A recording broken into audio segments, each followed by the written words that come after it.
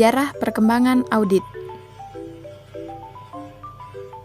Audit telah dilakukan sejak dahulu, ditandai dengan adanya bukti bahwa penguasa Mesir kuno, orang Yunani kuno, dan orang Romawi kuno yang melakukan audit sejak zaman kerajaan.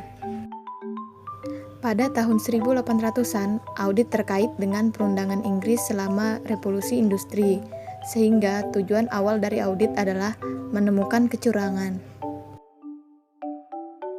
Dan sejak tahun 1940-an, terjadi perubahan penting tentang praktik audit, sehingga tujuan audit berubah menjadi 1. Meyakinkan kelayakan posisi keuangan dan hasil usaha perusahaan sebagai tujuan utama.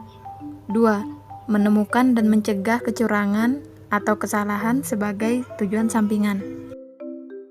Struktur organisasi.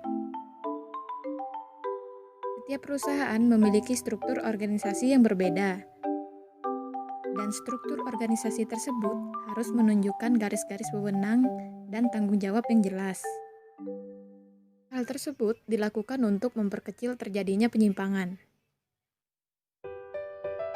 Definisi audit. Definisi audit dapat diuraikan menjadi 7 elemen, yaitu 1. Proses sistematis.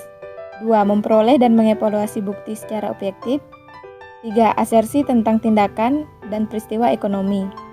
4. Derajat kesesuaian. 5. Kriteria yang ditetapkan.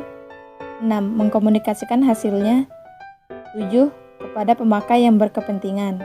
Dan dari 7 elemen tersebut dapat kita simpulkan sebagai proses yang sistematis untuk memperoleh dan mengevaluasi bukti secara objektif tentang berbagai tindakan dan kejadian ekonomi untuk menentukan tingkat kesesuaian dengan kriteria yang telah ditentukan dan mengkomunikasikan hasilnya kepada pemakai yang berkepentingan. Jenis audit. Audit dibagi dalam 3 kategori. Yang pertama, audit operasional, yaitu mengevaluasi bukti dari kegiatan operasional suatu perusahaan. Dan yang kedua, audit kepatuhan, yaitu memperoleh dan mengevaluasi bukti untuk mengetahui apakah kegiatan finansial perusahaan sudah baik atau belum. Dan yang terakhir, audit laporan keuangan, yaitu mengevaluasi bukti laporan keuangan dalam suatu perusahaan. Profesi akuntan publik.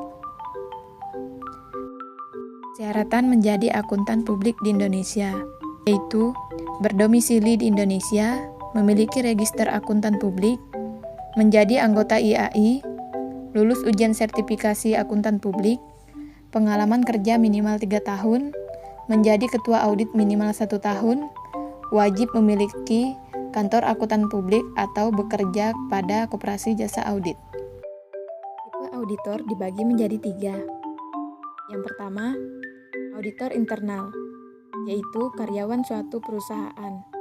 Dan yang kedua, auditor pemerintah, yaitu auditor yang bekerja di institusi pemerintahan. Dan yang terakhir, auditor independen, yaitu akuntan publik yang memberikan jasa auditing profesional kepada klien. Jasa kantor akuntan publik dapat diklasifikasikan menjadi 2, yaitu jasa atestasi, yang terdiri dari audit, pemeriksaan, review, dan prosedur yang telah disepakati. Kemudian, jasa non-atestasi, terdiri dari jasa akuntan, pajak, dan jasa konsultasi manajemen.